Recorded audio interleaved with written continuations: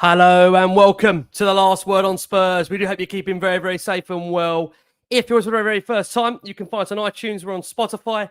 We're across all major audio platforms. We're, of course, on X. We're on Facebook. And we are on Blue Sky too. We are back talking all things Tottenham. I know for many out there, things really do need to start stepping up. On this show, we've got a returning special guest, but back alongside me, I've got the wonderful Jim from Oh So Spurs. Jim, how are you? Are you surviving out there in the world of Tottenham? I am. They're giving me a few bruises, but yeah, no, I'm really good. Thanks, mate. Yeah, excited to be on with Jack, of all people. So yeah, it's great to see you, Jack. Absolutely. Listen, we'd like this man back on Last Word on Spurs. Fair to say, we normally catch up with him on what I think you call it a biannual basis. Kind of every 6 months, we do a check-in service to make sure everyone's still okay. Everyone is ready for what's coming to Tottenham or what is happening. The question is right now, what is happening? And one man that maybe can give us a bit more information or tell us his feelings on all things Tottenham is the wonderful Jack Pitt-Brooke, of course, via The Athletic, covered Tottenham for many, many years. I feel like, Jack, you've been with us for the last 5-10 years covering Spurs. Maybe it's aging us all, but it's lovely to see you. How are you? And welcome back to the show. Thanks very much for having me, guys. I'm really pleased to be back on the show. I'm enjoying a bit of time off Tottenham at the moment. I haven't been to obviously, a lot of stuff is still going on, but I haven't been to a game since the Brighton game at the end of last season. So I'm just really looking forward to the new season and seeing what Thomas Frank's Spurs are going to look like. Yeah, I do agree. And I think, Jack, the one thing is always keen we bring you on. The always great feedback we get is that it's a lot Spurs-centric stuff that really we don't always get a chance to talk about you with kind of during the season, because I think when we catch up with you on a January show, there's always a lot going on with Spurs with mid-season. We don't ever really get a chance to kind of really delve in deep to all the things that's going on around Tottenham. But I mean, like I say, when you talk about Spurs in general, Jack, you've covered the club for so many years that we know. Why does it feel like to us this is just an abnormal football club? I mean, in comparison to the clubs out there, what are Tottenham like to cover when you speak to other colleagues about the clubs they're covering, for example? Well, I think Tottenham are really interesting to cover. I think their story is really interesting for a number of reasons. They've obviously built this incredible new stadium. They've got an amazing history. They've had this kind of sense of quest about them in recent years because of their kind of struggles to win a trophy. Obviously, in Bilbao, they achieved that. They did win a major trophy, but they haven't really competed for, they haven't won the league title for a very long time, obviously. To cover them, they're fine. Like, I love going to the stadium. It's a great privilege to get to go there to work. The facilities are really good. The people I know who work there are all pretty nice. So yeah, it's good. Like, it's a fun and interesting job covering Spurs, and I really enjoy it. And Jim, look, me and you have been together now, what feels like a weekly basis. I think we see more each other than our wives at the moment, given the nature of us and Spurs. What do you make of the mood right now, Jim, in the Spurs fan base? Because I know there's a degree of frustration that we haven't done more business today, and it just feels that we're currently on pause. Is that a fair analysis, Jim, do you think, at the moment?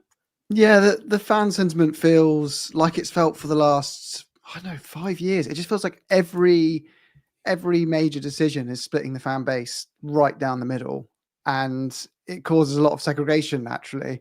And I think that this window is kind of doing that exact thing. You've got groups saying, be patient, it's fine. It's a new manager, a new plan. All those things are going to take a while. Let him assess the group.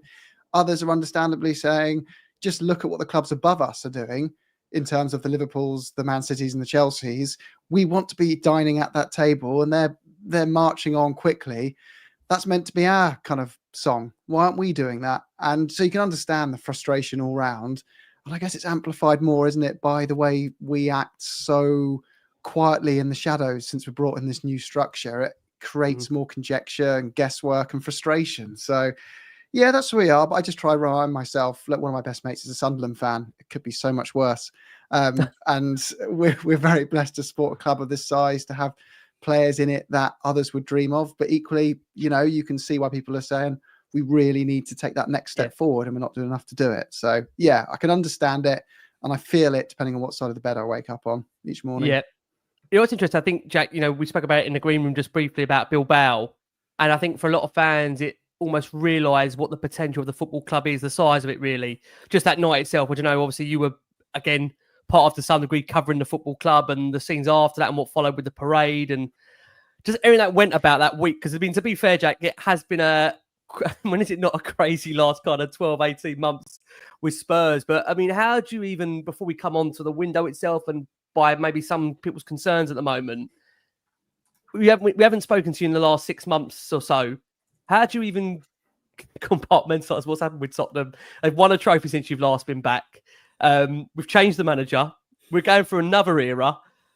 Is this just same old Tottenham bar the trophy that we've had? Because it just feels that kind of reoccurring theme around Tottenham and something you've been used to being part of now for many, many years covering the Spurs beat. Yeah, it's been an amazing few months, really. I mean, Bilbao is such a special memory. Like, I feel very lucky to have been there. That was a real career highlight for me to have finally seen Tottenham win a trophy. Like, I've been to the 2015 League Cup final, 2019 Champions League final, 2021 League Cup final, and so I had such a strong sense of how much it would have meant to everyone there and everyone watching back at home and everything and around the world. So yeah, that was great. And I guess after Bilbao, I was asking myself, like, how long will these good vibes last for? Like, will these good vibes be able to propel Tottenham through the summer and into next season? And look, clearly people are still really happy about the fact about Bilbao. People still talk about it all the time. Those are memories that will last forever. But I think that I can definitely, like a lot of people, like, detect that the vibes are sort of shifting a bit at the moment, and that the longer the more frustrated that fans feel about a perceived lack of activity in the window, the more it feels like, you know, Bilbao is kind of receding into the sort of rearview mirror a little bit. I think that's fair. Look, Jimmy's going to come in shortly for certain. I just want to ask you, Jack, you know, I kind of opened the show with saying it feels like at the moment, to some degree, Jack, we're kind of on pause right now. I think what doesn't help is that I think when you look at the fact that since Tottenham made the Tell deal permanent, which for many out there feels quite a degree of some time ago now, that you look at the fact a lot of the Premier League big boys and arguably some fans that feel these are the clubs that we need to once again start chasing down. You've seen United add proven quality with Brian Mbeumo to their ranks and Matheus Cunha arrived as a big money signing. You've also got, obviously, the likes of City. They've spent upwards of 126 million. Liverpool's business don't seem to stop at the moment. They've obviously got a deal over the line for 𝐿𝐴𝐵 𝐂𝐻𝐾. It looks like they're also interested in, as things stands, Alexander-Isak of Newcastle. They've spent a record fee on Florian Wirtz, 116 million. And I hate to say this, even our rivals Arsenal, you know, they've taken their summer business to way over 100 million. They've obviously completed the signing of Victor Guktorez. He's come over. He's obviously come through the door as well. I mean, Chelsea, Pedro, Gittins, Delap among the new faces there. What have you personally made, Jack, so far as Spurs' summer business from your perspective? Well, I don't want to kill the vibe even more, but I think that Arsenal, Liverpool, Man City are quite a long way away from Tottenham at the moment. I feel like Tottenham, I think that Tottenham's priority this season should be, firstly, how do we catch Brighton, Brentford, Bournemouth? And then it's how do you catch Newcastle United and Aston Villa? And once you've done all that, then you can start to worry about Chelsea and then Arsenal and Manchester City and Liverpool. So they've got a long way to go. Like, I think Tottenham are a long way away from where they should be at the moment, in terms of the quality they've got in the squad. I think a lot of teams have overtaken them in the course of the last few years, because Spurs have made a series of bad decisions ultimately, and they've wasted the money they have spent. They haven't really. I don't really think they haven't spent a huge amount of money either, and so a lot of teams are ahead of them. And so I don't think Spurs are going to be really competing up near the big boys this season. But in terms of the business they have done, well, I think Kudus is really good. Like, I think he's a really good player. He's Premier League ready. He's looked really exciting in some not very good West Ham teams. So I think Spurs have not had a good 1v1 winger for a long time. Like, they've tried in that part of the pitch. It's not really worked. Like, Audebert, I think Audebert looks quite good, but we've got to wait and see. Like, didn't really play that much last season because of those two hamstring injuries. Solomon's not really played a huge amount. Perisic, didn't really do much given the salary he was on. Danjuma didn't really do much on loan. Bergwijn didn't really do enough for the fee they paid for him. So they've not really had a good, dangerous 1v1 winger for a while. So I'm optimistic about Kudus. Obviously, the young players are continuing to come in. Like, I do think the Spurs have identified good young players really well in the last few years. Like, I'll be honest, I hadn't heard of 𝐀𝐬𝐧𝐭 when they signed him. I hadn't heard of Vuskovic before they signed him. But I'm pretty confident those guys are going to be good, simply on the basis that, Bergvall is really good. Kinski's really good. Like, I think they are good at identifying these young players. And then Tell, I was kind of mixed feelings about Tell personally, but I think that there's clearly a lot of talent there, and if they got a good deal for him, then maybe it's worth pursuing. And I think Frank will be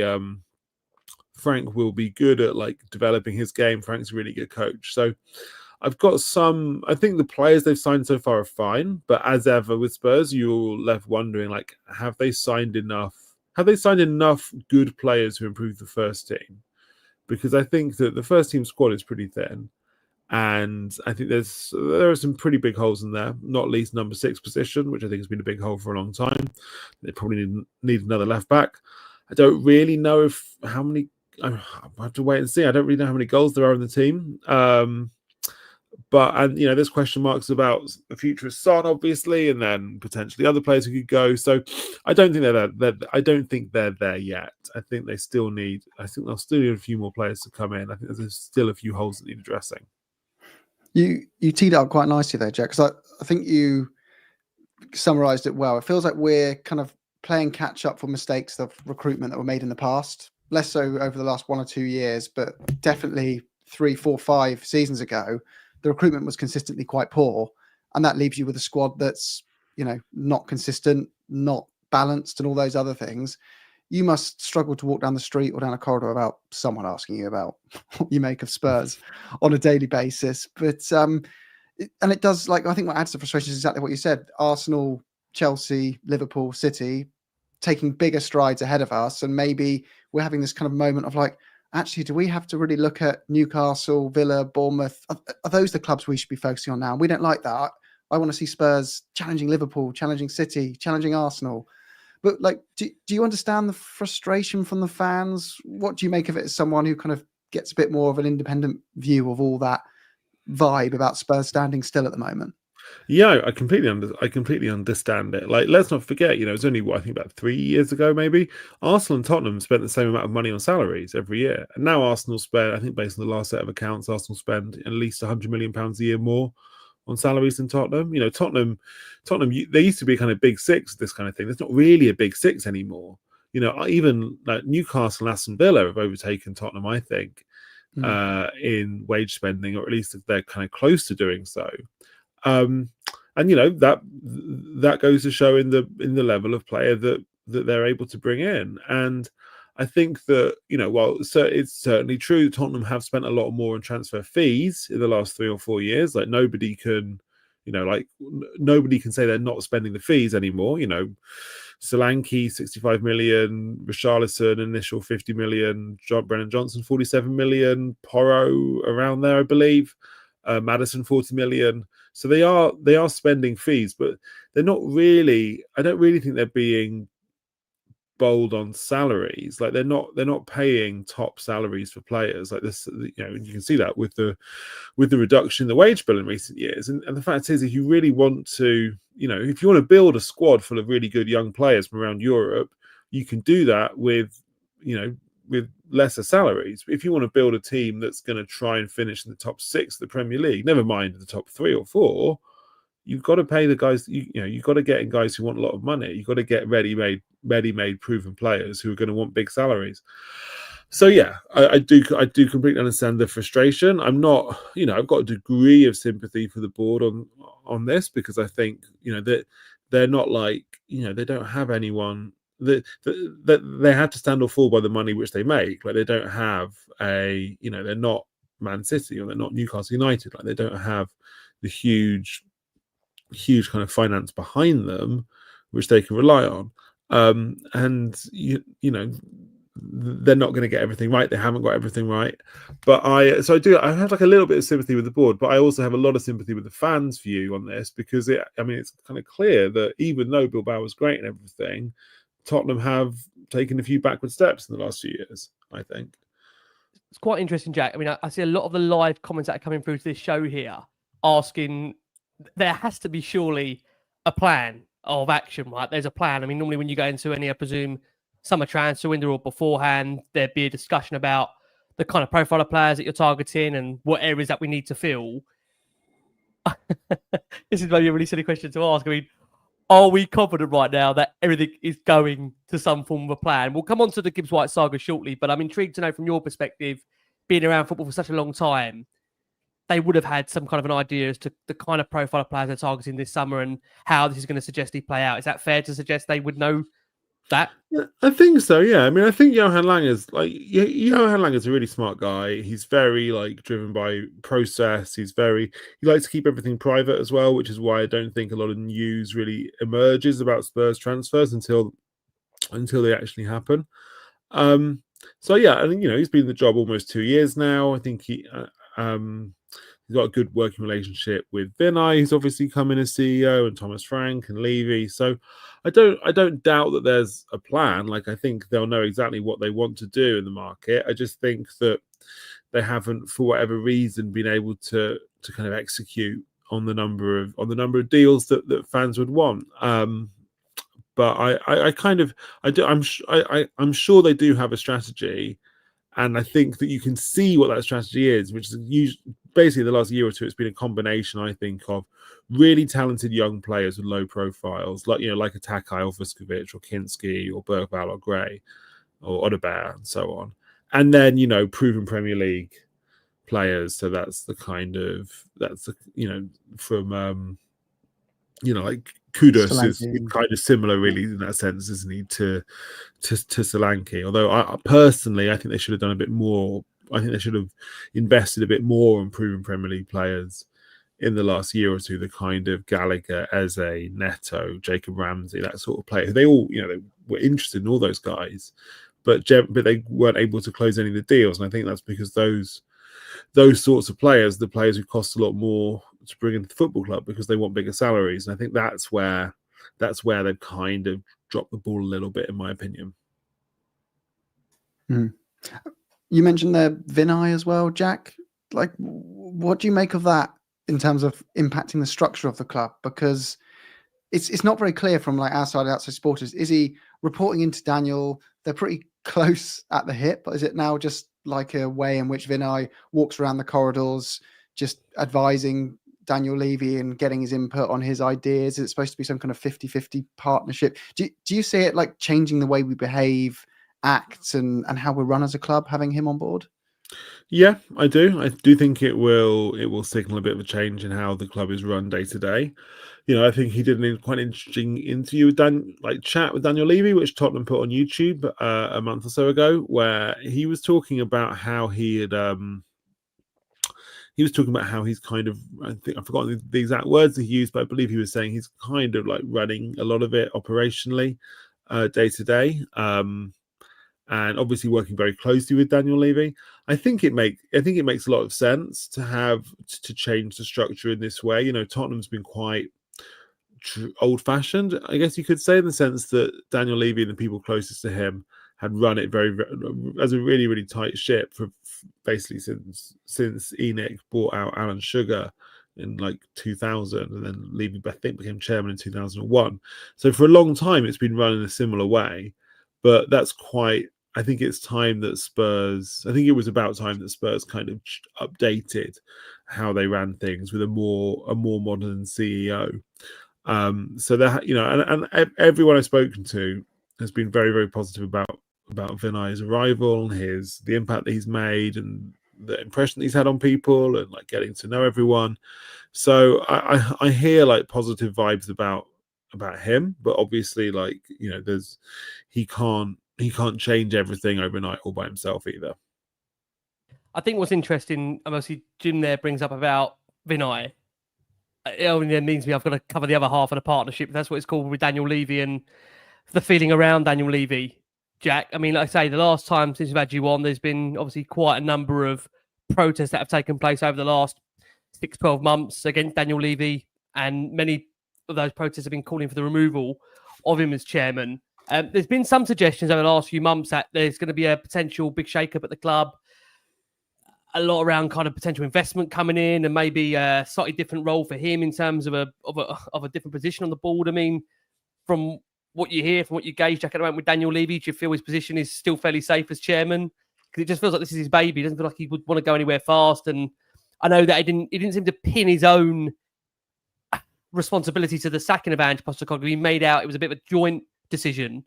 I'm just intrigued from your perspective what you make of Daniel Levy's role at the moment and whether you still feel he's running everything to some degree.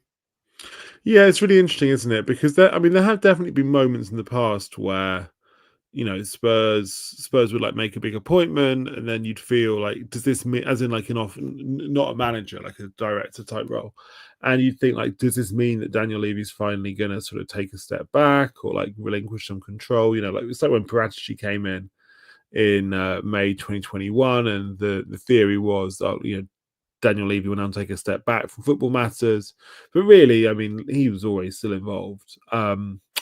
So I'm very curious to see how this particular move pans out. I mean, clearly, you know, there's only so much power to go around at a football club. Like, if the more, you know, if Vinay is running everything hands on, I'm sure he'll be working very closely with Daniel Levy, but that doesn't necessarily mean that Daniel Levy has the same amount of control, or like, as in like day-to-day operational control and oversight that he used to. But I think that's a good thing. Like, I think Daniel Levy is such a kind of everyone says he's a sort of big, massive details guy. He likes to be across everything.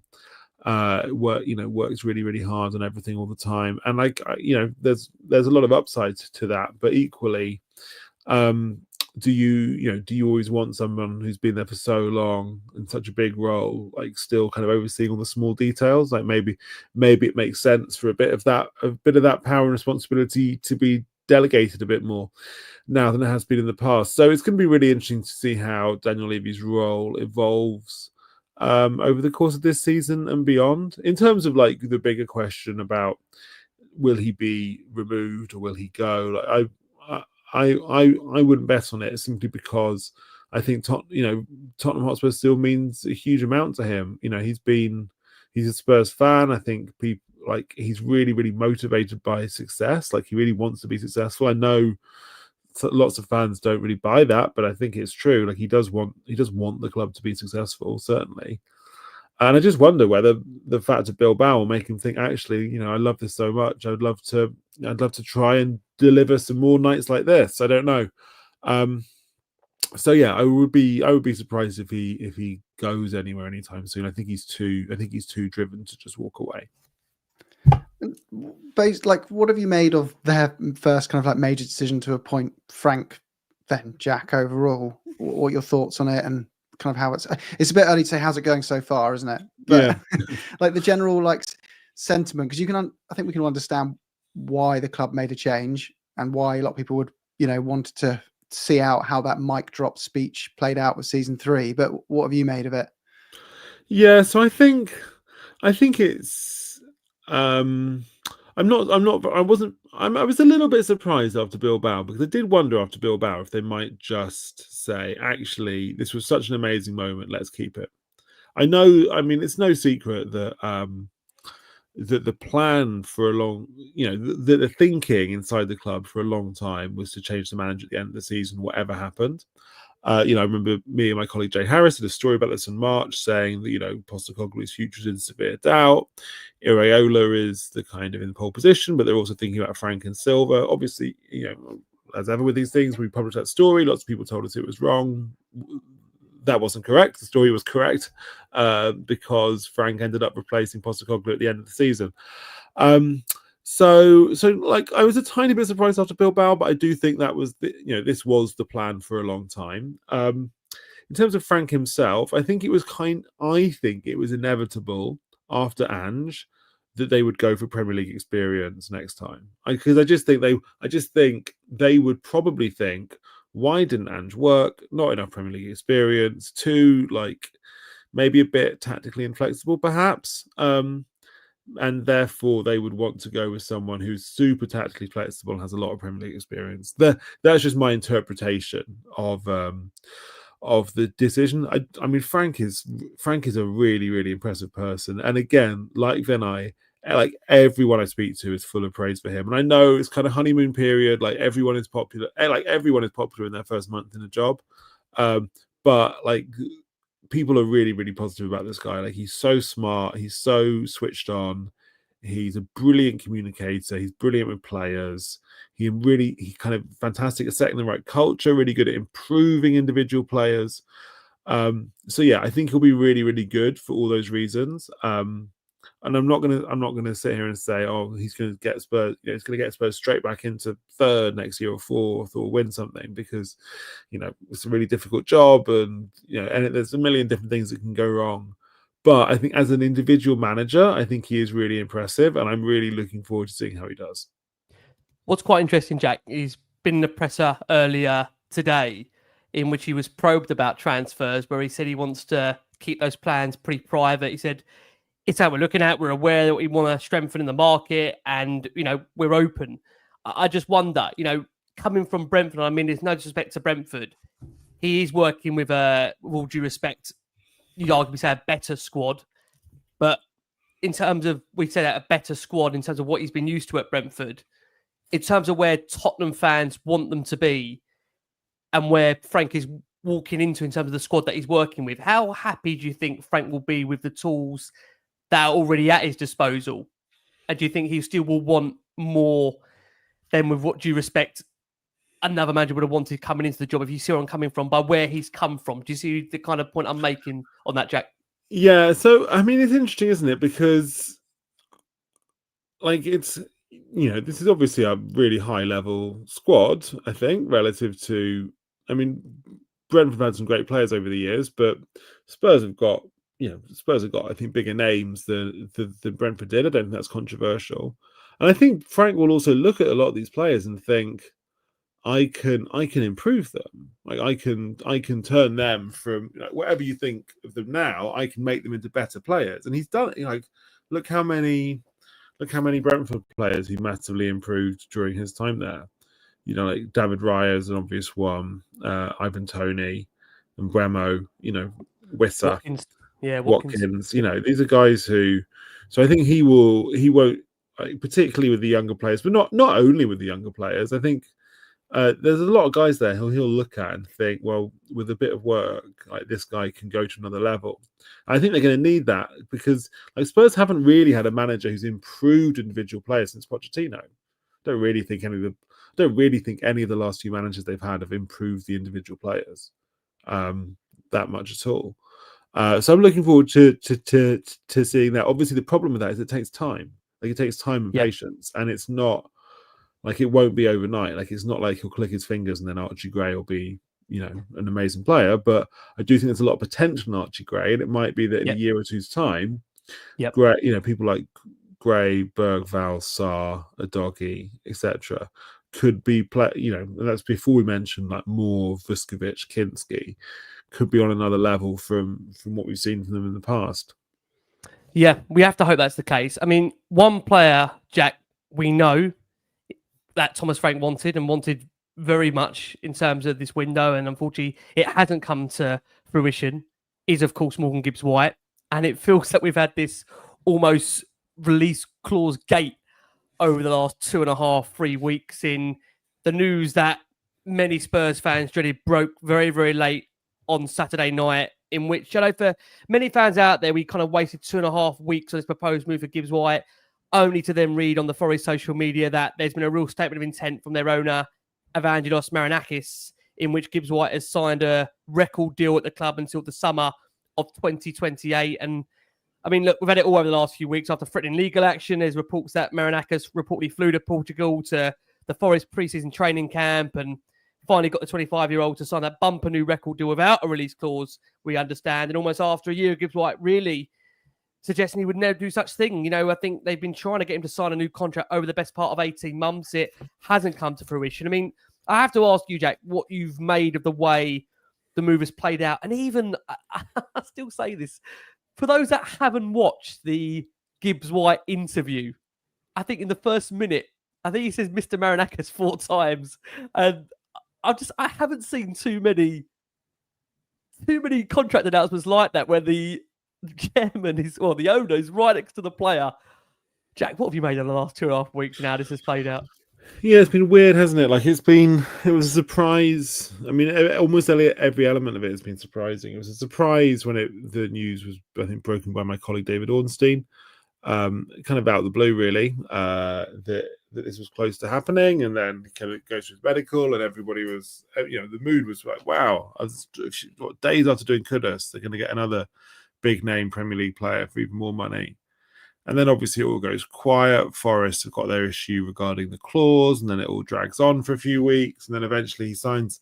So yeah, it's all been very odd. And clearly, like when a player has a medical booked, as I believe was the case with Gibbs-White, like you do expect 100 times out of 100, or no, 99 times out of 100 for that deal to happen. So yeah, it certainly is a big surprise, and I think Tottenham. I mean, it's clearly like being kind of contested behind the scenes about this. I don't really think Tottenham have done anything wrong. Like they've made a bid for the player, which they thought would be enough to get him. I don't really. I know that clearly Forest aren't happy about it, but I think that. The transfer market, the transfer market's a pretty tough place. Like people are going to do things that upset other parties. Like it's just how the world works, really, at this level in the market. So I just think like it's just a kind of a shame, really, that so much time the transfer window has been taken up with this so far. Because if Spurs weren't going to get him, it would have been better to not get him 3 weeks ago. They could have focused on other targets. I'm keen to another question, but go on, Jim. Go on. I know you're. No, you go. I just wonder. That's one part of that theory I want to come on to, but I don't want to kind of veer away too off the subject. Jim, I'll let you come in, and I'll go next after you. That's all right. Go on. I'll let you come in, Jim. Yeah. No, I was just going to ask about, because there's been like quite a few sagas, and you've probably reported on Spurs for most of these. We've had starting way back with Damião, but then you move to kind of Willian, the Moutinho with Fernandes, Diaz, Dybala, Grealish. I want to add Stuart Downing in there. There's been loads of examples. Zaha, yeah. Mane. Like, multitude of reasons, but it feels quite consistent that a large portion of those, from the information as like an outside fan, is this can happen if we agreed to do X, Y, and Z off the bat.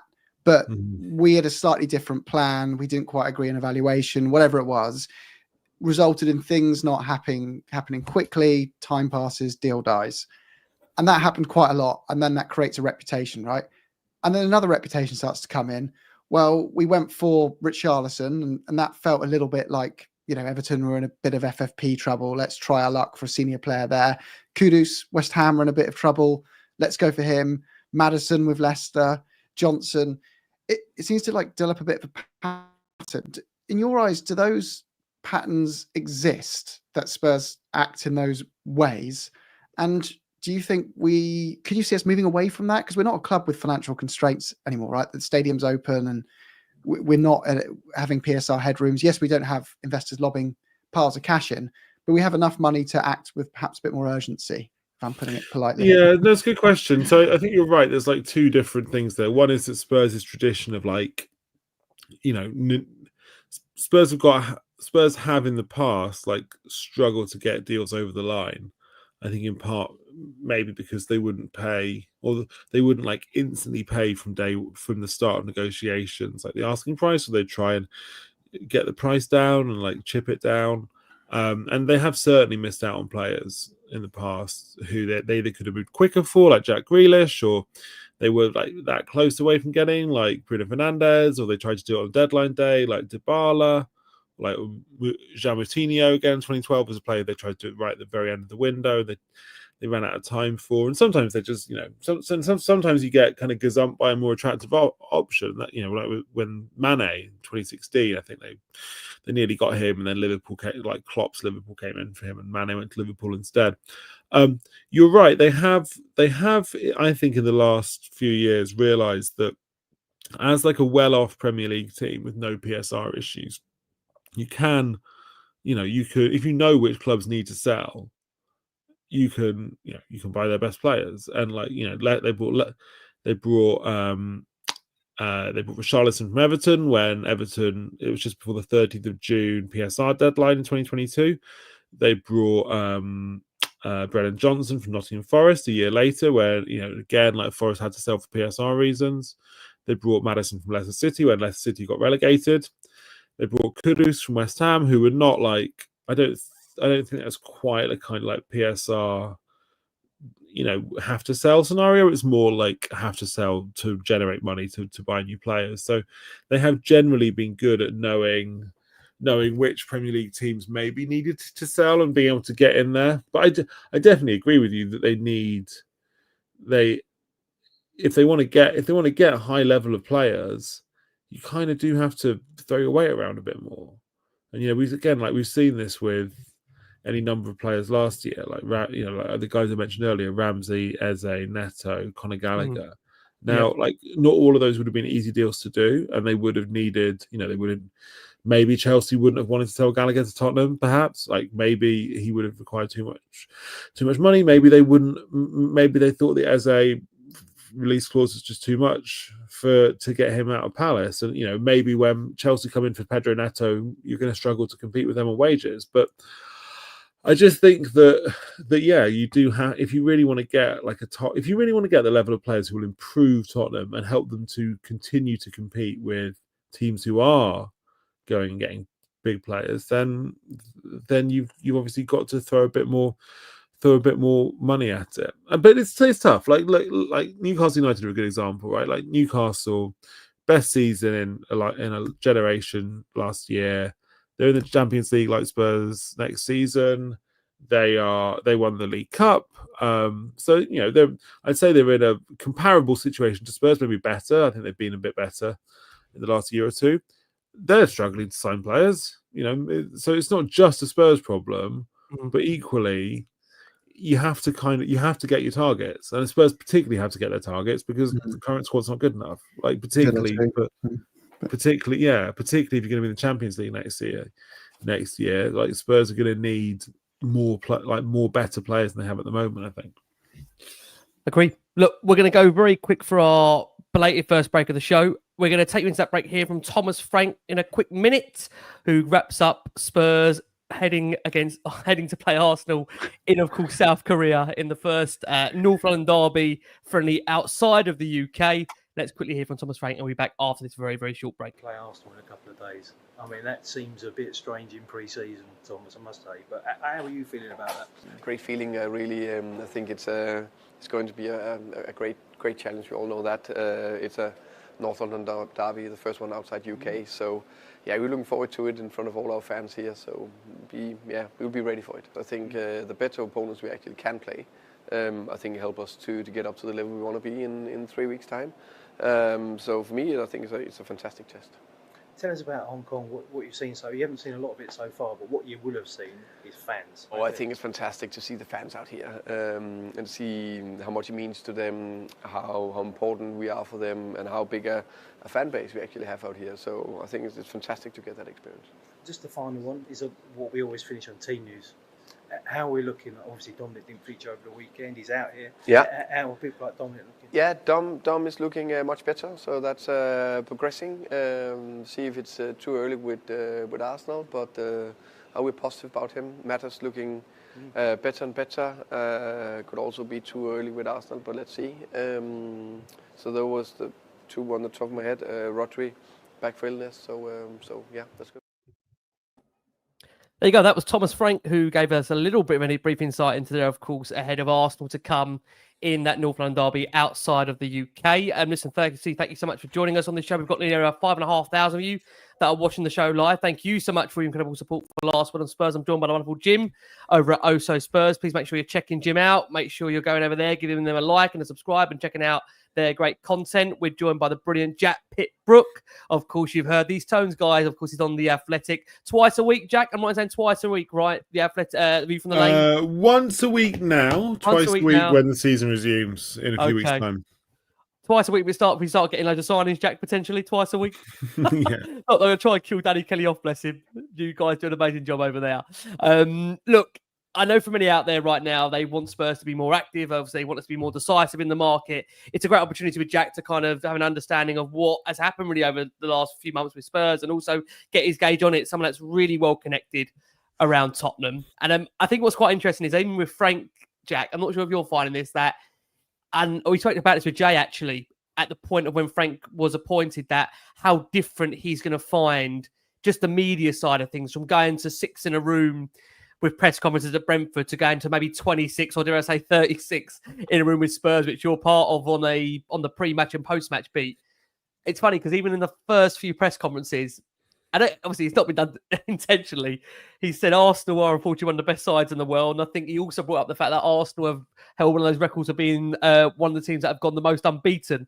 Probably not the most interesting stats we want to hear as Tottenham fans, but I think it's fair to say, Jack, it's going to be an interesting transition for him, isn't it? To go from somewhere like Brentford to Tottenham with that media spotlight.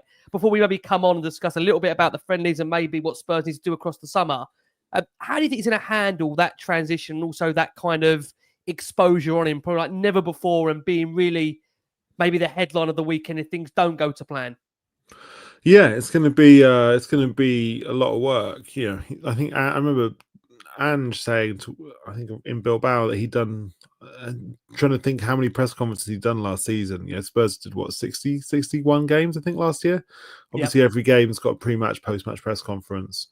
So Ange just did in like huge volumes of media. So I think Frank will find he's just doing basically endless media next year. That's just the nature of being a manager of a Premier League club who is playing in Europe. Obviously, they're going to have a minimum 8 Champions League games, all of which come with tons of media commitments, pre-match, post-match, and so on.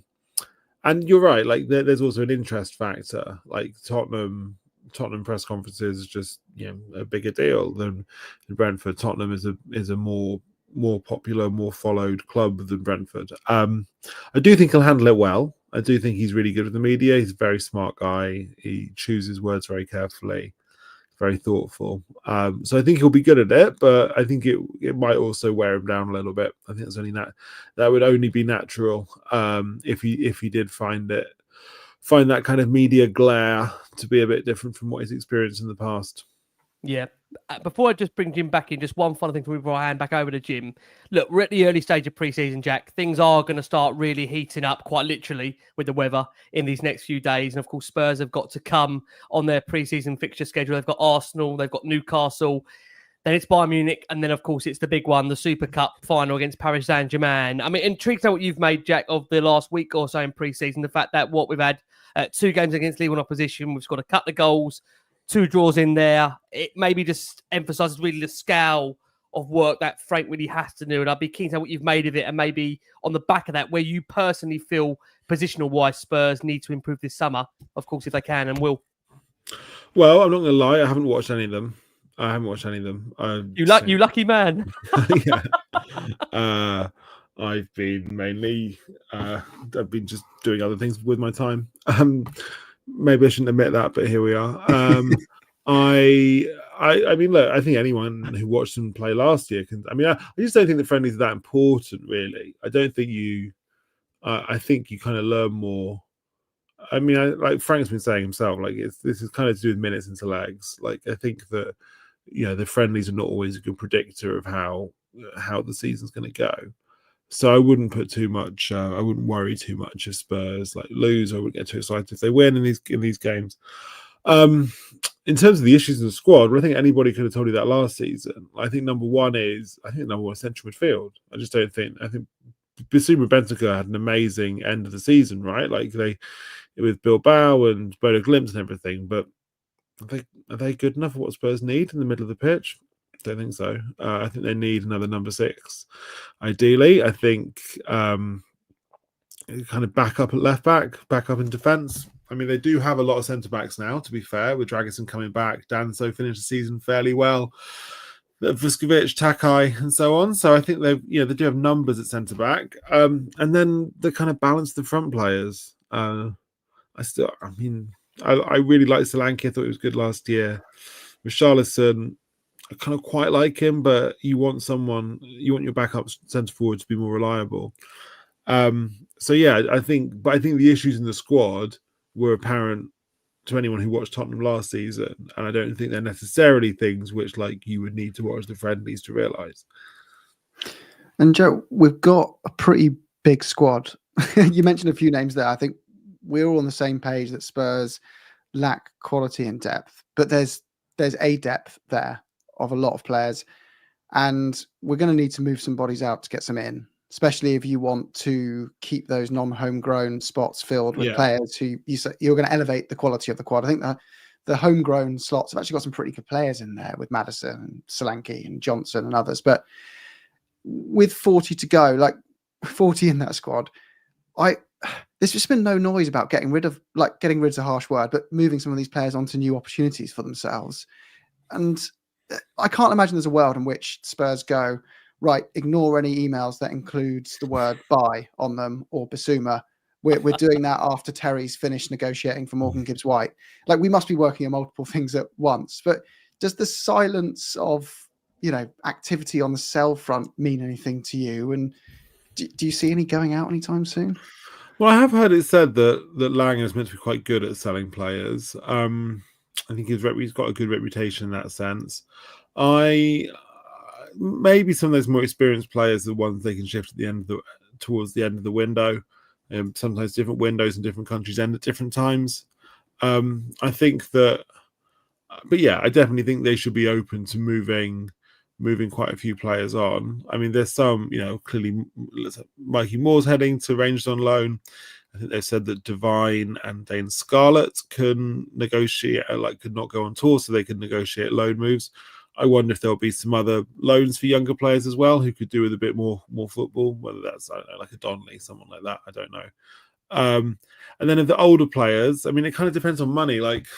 For a kind of like Bentancur, Bissouma, Richarlison, Davis, for that, I guess Sana actually falls into this bracket too, if we're honest. For that kind of player, it probably makes more sense. If they're going to go, you might as well get some money for them, right? But I wonder whether we might see a few more outgoings of that kind of more experienced bracket of player towards the end of the window. And just touching on one of those you mentioned there, Mikey Moore, this is an interesting one. He's always a player that if you ask people when he's at the club, if you asked him a month ago, you'd be pretty split on who says they should stay, give them minutes in the first team. You've got to develop these players versus others saying they should go on loan. Because I think Mikey Moore as well, we all dream of him becoming that Tottenham hero, the next one of our own type player to come through, being, someone who's already playing at 17. Do you think the Rangers move was a good one for him?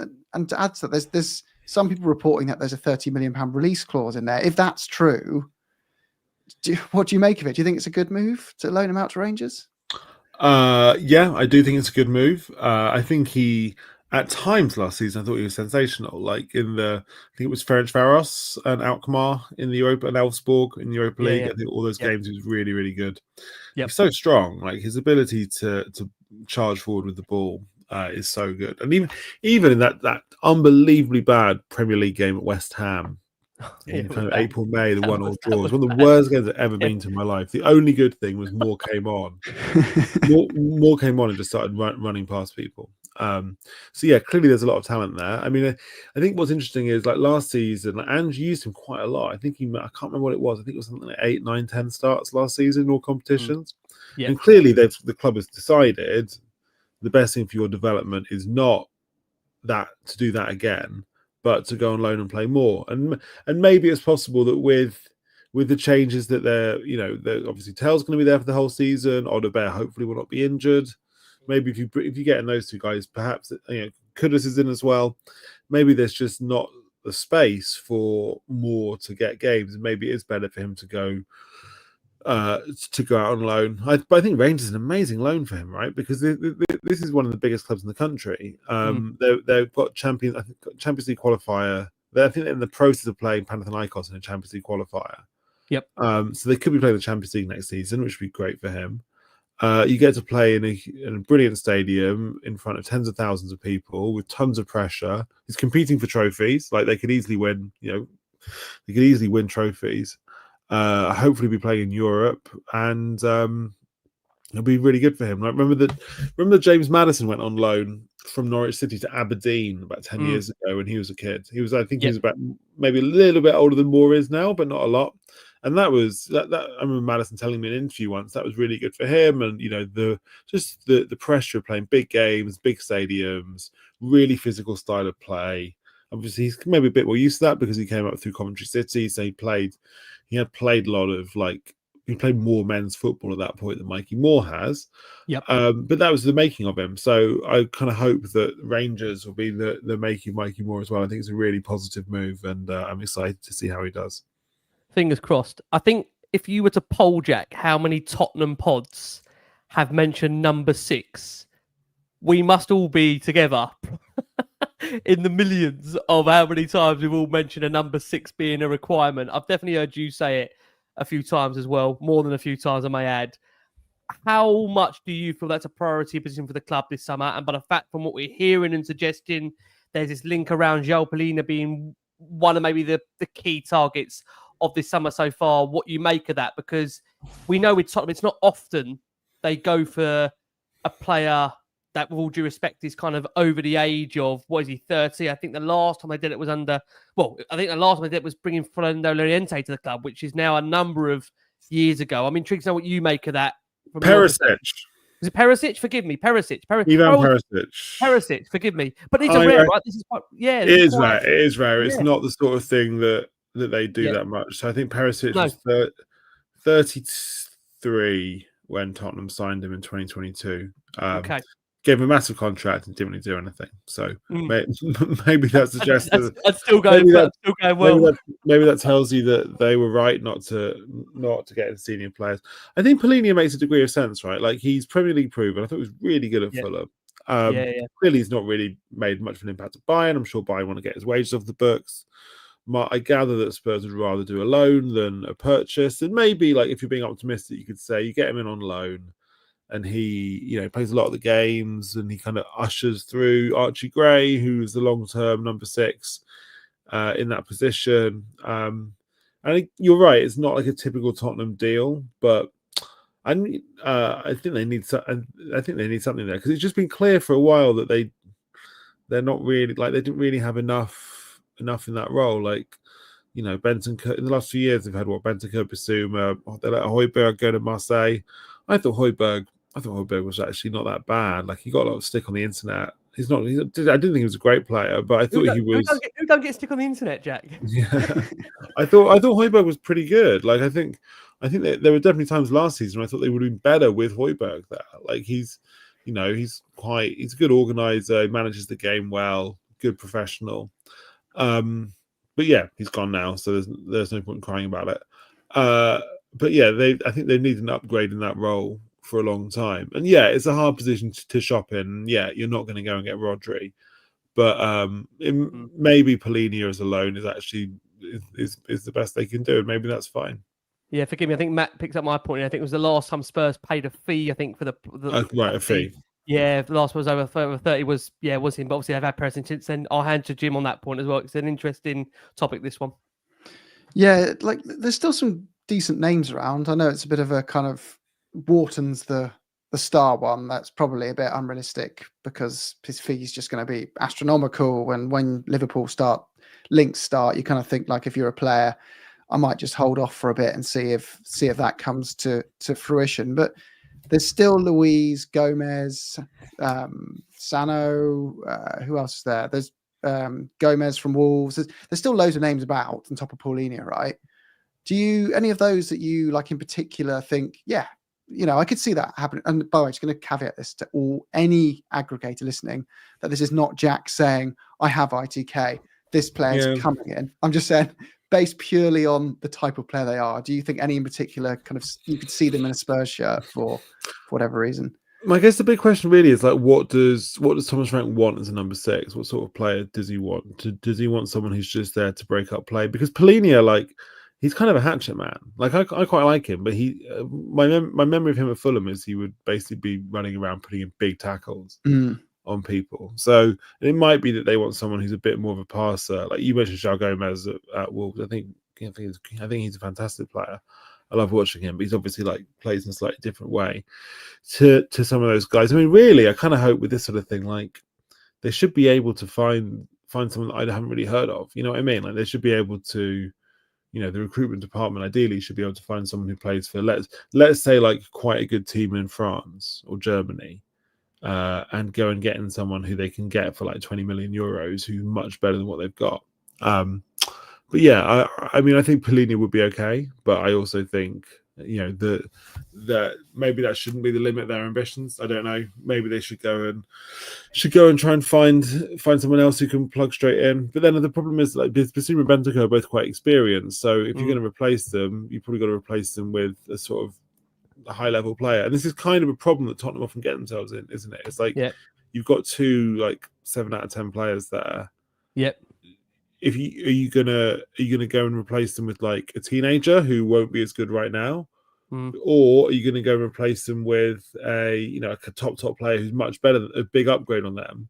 But the problem is, if you want to find a player who's a massive upgrade on Bissouma Bentancur, they're going to be expensive and they want a big salary, and those are the kind of players who Tottenham struggle to buy. So I think it's kind of like a fairly familiar problem in that sense.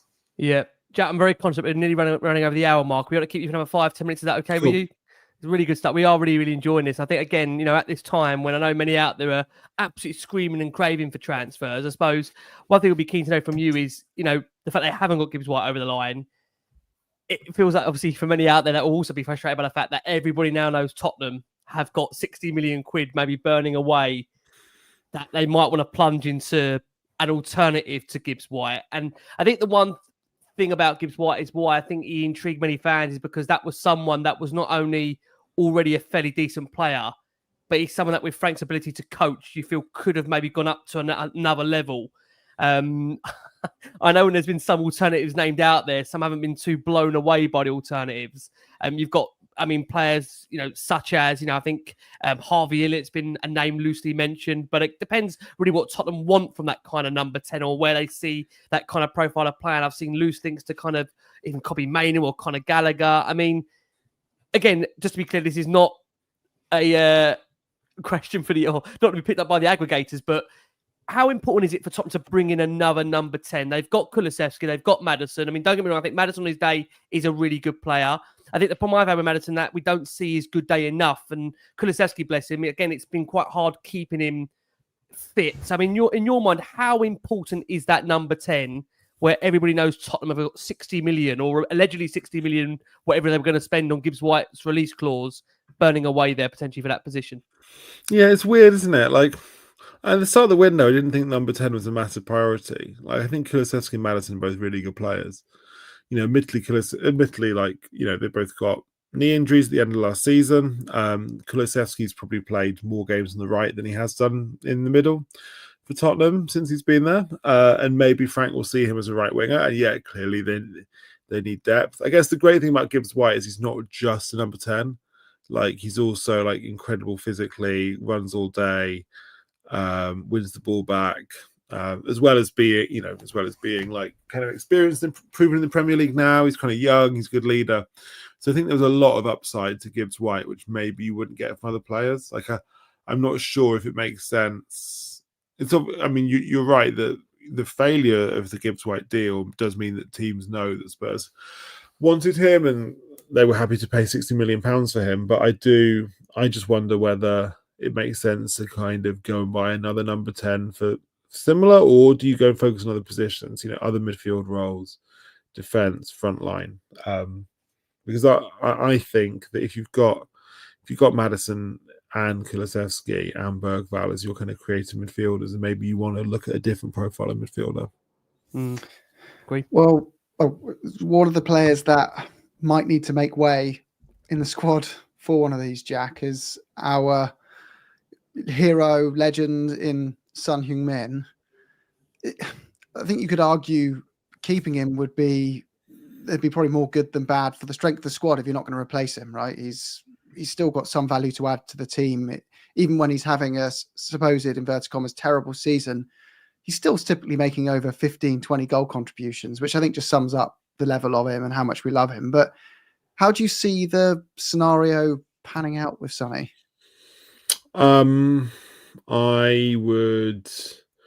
think it's felt for a while like this would be like a natural moment for him to go. It's felt like that since Bilbao, really, just because he's kind of completed the quest, hasn't he? He's won the Europa League. He's won amazing scenes of him lifting the trophy, taking it on the trophy parade, and everything. So I don't know. I think the view I've always got from Tottenham is that it's kind of down to Son. Like if he says if he's really committed to do one more year at Spurs, then maybe he would do one more year. But if he comes up with another opportunity and says I want to go and try something different, I don't think the club would stand in his way. Really, I think he's kind of earned the right to. I think he's earned the right to make his own decision. But if I had to bet on it, I'd say it was probably likely that he would go than that he would stay. I'm not really. I'd be kind of surprised if he stuck around. I think MLS would be perfect for him on so many levels. Yeah, like it's great. It's great for his global brands. Slightly slower place of football, admittedly. LA would be. I'm sure he'd love to live in LA. I know Lloris is loving it there, and that could be perfect for him. So yeah, that's kind of I know Spurs have not received a bid at the moment, as far as I know. There's obviously still a long way to go. Anything can happen in these negotiations, but that's how I see it at the moment.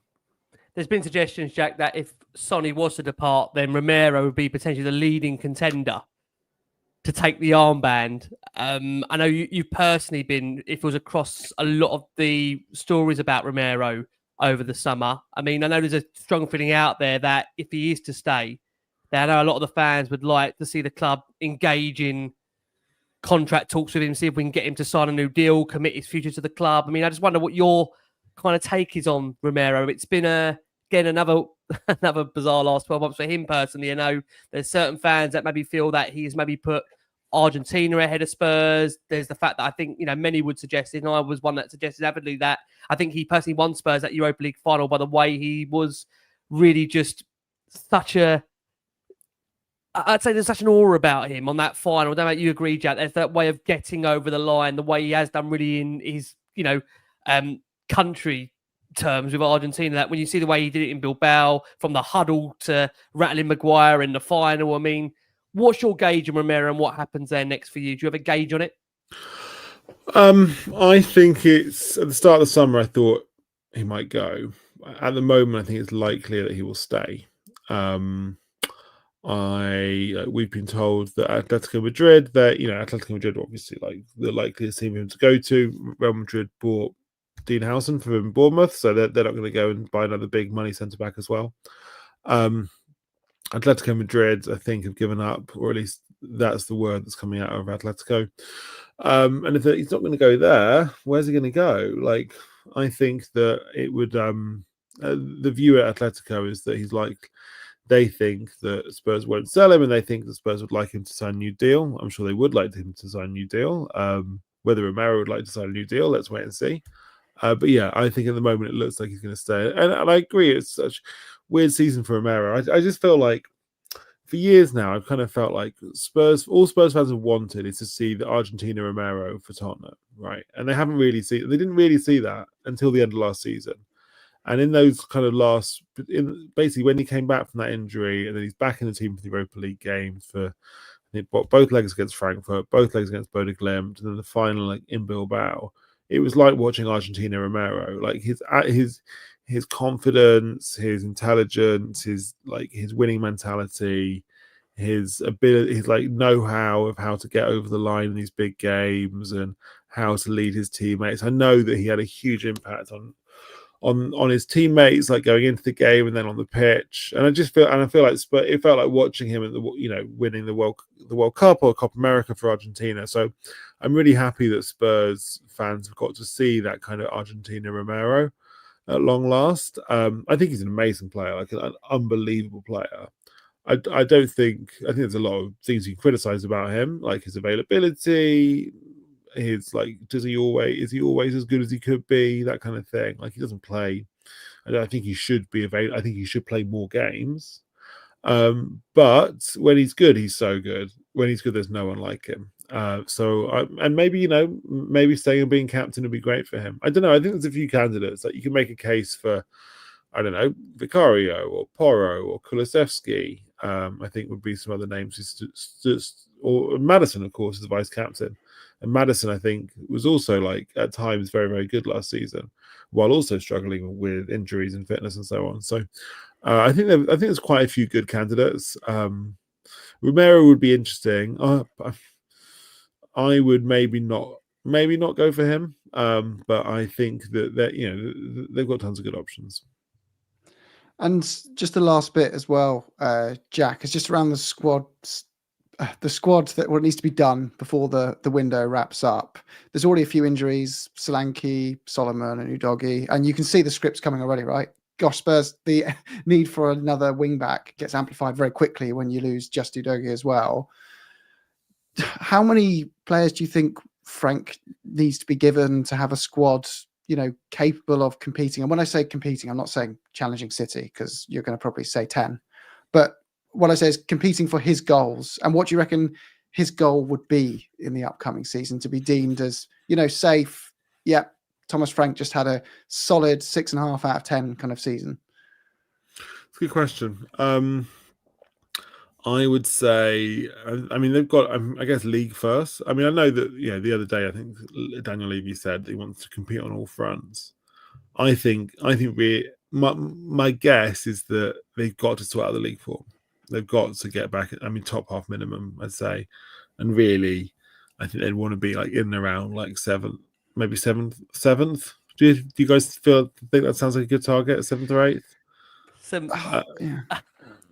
It's not great, but it's 10 better than 17th. We have to remember, you're right, Jack. We have to say 17th. So to go from 17th to better. 7th. Yeah, I think the thing is, I don't know if you agree, Jack, and we were saying about the fact we've got to talk about Bilbao in the green room. I think when you have a night like Bilbao, everyone wants that again. And I'm not saying that we should get that again. What do you think, Jim? You're like me. You go there a lot of the way. What do you think the fans want? What do you think want? I can only speak from where if I was to ask people around me in the south, where I sit, I think most would agree that I think Spurs' place when things are going as they should be in the top 5, and having seasons where the occasional flirt with a title race, a few seasons in the Champions League, but dropping into the Europa League every now and again, being completely normal, and the occasional bad season where they drop out. But that kind of being the thing. But I think what Jack said of 7th, given the context, would be deemed, I'd be content with that. I'd say that's been a good season. And it's not me saying I'm happy with 7th and I think Spurs should be 7th. I'm just saying, given the context and where our squad is and what the teams around us are doing, I think we're not going to get near Liverpool, City or Arsenal or Chelsea. So I wouldn't be surprised if we came 5th, but I wouldn't be surprised if we came 8th either. And depending on the circumstances behind those finishes, I could be content with any of them. But I really want to see Tottenham in Europe. It's our thing. It's a thing Arsenal don't have, winning those European trophies. We've had that Bilbao thing. I think we'd take, even the Conference League, I think we'd take infinitely more seriously than we have in previous seasons. The Europa League, we loved winning it. We treat that more seriously. So yeah, as long as Spurs are in Europe again the following season, I think I'd be okay. But my 3-year ambition, I'll be very disappointed if we're not, getting back up there to pushing those top 4 clubs for something. Yeah, I do agree. I think, Jack, to close with you, that's the point, is that we've actually said a lot on this show. It's very hard to go from 17th to jump into the top 4. I know Forest had an unbelievable season last season. Obviously, they got into Europe, and that Leicester season where Leicester won the league. Again, you could say these were flukes, but I think it's going to be difficult to go from where we was to jump straight back into a very high league position when it does feel at the moment, Jack. I know for your benefit, you've not watched Preseason, which is good for you, but it just was a lot of work that needs to be done. And it's quite scary. We're 3 weeks away, less than 3 weeks away from the season starting. It feels like there's a lot of work to do. Yeah, there is. I think they do need, I don't know, maybe 3 players, I reckon. Yeah. Central midfielder, first priority. I reckon another. I'd like to sign another goal scorer personally, and then someone who can play, so like a left-footed defender who can play centre back at left back. Is what I'd go for. So yeah, I'd say 3 players. I'd be maybe 2 is likelier than 3, but I'd say 3. Okay. Yeah. Have we got a humorous question to close, Jim? I think we had a few come in. Do you want to give it a mention? Yeah, we'll just go for the top rated one because Charlie's Charlie. You can see I'm going to go with this question in a sec, Jack. Jack's got a dash, but one of the questions that was top voted was: would Jack rather fight a Charlie 𝐿𝐴𝐶hare-sized duck or 10 duck-sized 𝐿𝐴𝐶hares? 10 duck-sized 𝐿𝐴𝐶hares would be so annoying. Because just wear you down with their their like correcting me on various points and beating me in quizzes. So a Charlie 𝐿𝐴𝐶hare-sized duck. I mean, Charlie's taller than me, and it's definitely like in better shape. But I think a Charlie 𝐿𝐴𝐶hare-sized duck would be initially scary because it would be like a 6'2" duck. But then I reckon I could kind of outmaneuver it or catch it off guard somehow. It wouldn't be very clever.